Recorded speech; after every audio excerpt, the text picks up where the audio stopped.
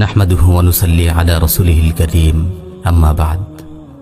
প্রিয় ভাই ও বোনেরা, এমন এক পরিবেশে আমাদের বেড়ে ওঠা যেখানে মানুষের চিন্তা ভাবনার প্রায় সবটুকুই ঘুরপাক খায় এই পৃথিবীকে কেন্দ্র করে।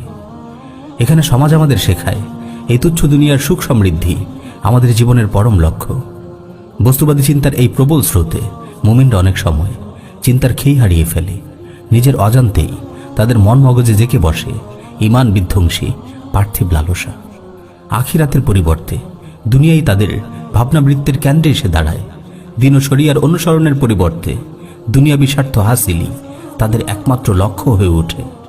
আল্লাহ না করুন এই গাফলতির মাঝেই যদি এসে যায় মৃত্যুর পরোয়ানা, তবে অনন্ত জীবনে কি হবে তাদের অবস্থা? মাআযাল্লাহ, আল্লাহ আমাদের হেফাজত করুন।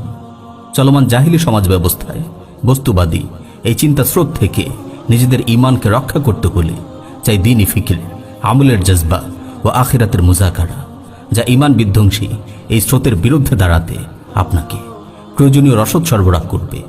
আলহামদুলিল্লাহ, মুমিন ভাইদের এই প্রয়োজনীয়তাকে সামনে রেখে আমরা হাতে নিয়েছি মোবারক একটি প্রজেক্ট, যা ডেইলি নাসিহা নামে প্রকাশিত হবে। 3 কি 4 মিনিটের এই নাসিহা প্রতিদিন আপনাকে ঈমান ও আমল সম্পর্কে সচেতন করবে, উৎসাহ ও অনুপ্রেরণা যোগাবে। যাপিত জীবনের হাজারো ব্যস্ততার ভিড়ও আপনার হৃদয়ে প্রশান্তি ছড়াবে কোরআন ও সুন্নাহর একগুচ্ছ প্রত্যয়দীপ্ত শব্দমালা।